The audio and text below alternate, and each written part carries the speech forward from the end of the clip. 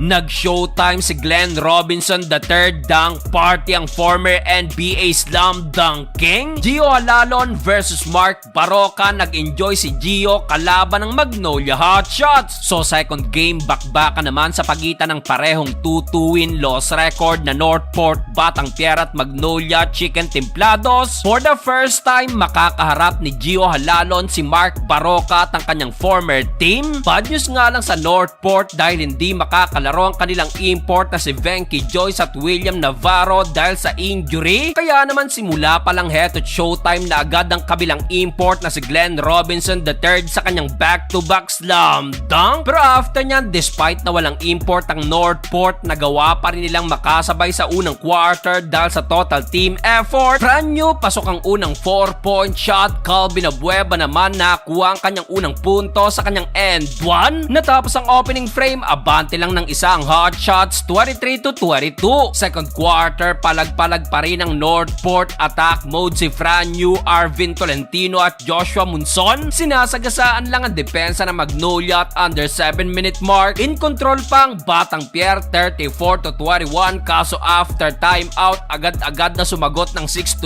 run ng Magnolia. Volley, pasok ang unang 4 at nasundan pa yan ng another slam dunk ni Glenn Robinson III. Calvin Abueva nakakanari ng contested corner 3-pointer. Active na active si The Beast after mabuhay na naman ang trade rumor sa kanya. Buldal kay Cade Flores na so far meron ng 14 points na gawa pa rin makasabay ng Northport. Evan Nelly nakakanari ng wing 3-pointer at natapos ang first half tablang talaan sa all 46. Started the third quarter, Mark Barroca in transition floater pero agad-agad binuraya ni Gio Halalo ng kanyang end 1. Naipagad si Gio at iisa pa sana matapos mapeke ang depensa ng Magnolia. Sayang at mintis nga lang yan. Abu Trotter tila may gusto ring patunayan sa hot shots. Glenn Robinson naman may halong swerte sa play na to. Hinagis na lang pumasok pa. Well dito na natiling pukpukan ng laban. Paul Lee gandang pasa kay Ron De La Rosa. Sidney Onobere naman nakuha na ang unang punto sa kanyang pagbabalik sa Batang Pier. Down the stretch, abante pa ng isang Batang Pier pero Jeric Ahnisi kumana ng 4-point shot. Natapos ang third period, muling nabawi ng hot shots ang Kalamangan 76-73. Fourth and final quarter, agad na napatawag ng timeout ang Northport dahil sa 4-0